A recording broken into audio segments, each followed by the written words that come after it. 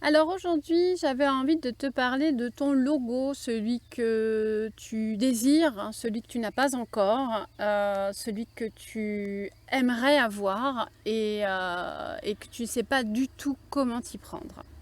Alors je me présente, je suis Peggy, révélatrice d'identité originale et j'accompagne les femmes hypersensibles et douées qui s'ignorent à libérer leur super pouvoir pour devenir magnétique auprès des bons clients. Alors effectivement, on le dira jamais assez, un logo n'est pas forcément utile. Voilà.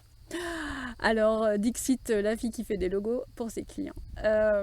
Oui, j'ai vraiment envie de te parler de ce logo qui n'est pas forcément utile, aujourd'hui en tout cas.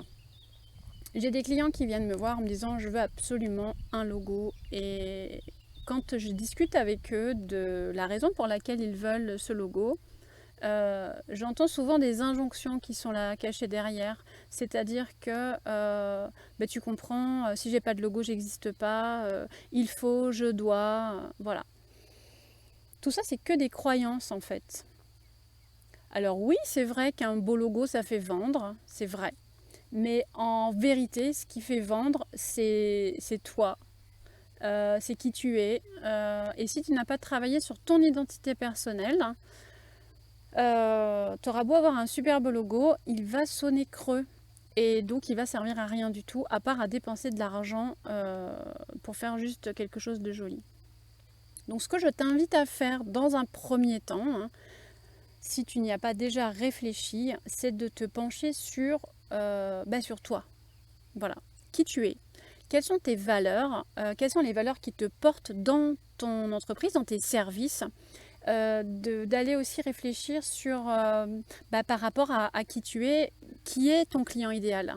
Ton client idéal, c'est peut-être un client que tu as déjà et ce client, il réunit en fait toutes les facettes d'un bon client pour toi, d'accord? Donc ça c'est pareil, c'est important d'avoir cette checklist-là en tête.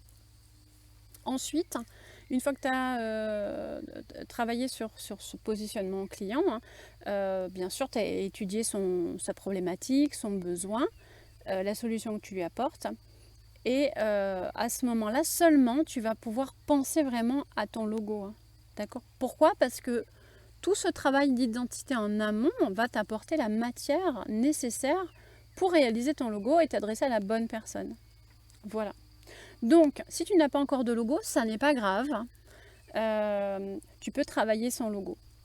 Moi, je t'invite à... Alors, on est en pleine période de confinement. Aujourd'hui, on a quand même la chance d'avoir les réseaux sociaux. Donc, plutôt que de balancer un logo à tout va, fais des vidéos de toi, envoie des articles, présente-toi, montre-toi tel que tu es et tu verras que tu n'auras pas besoin de logo pour générer des clients et faire marcher ton business. Voilà, à bientôt!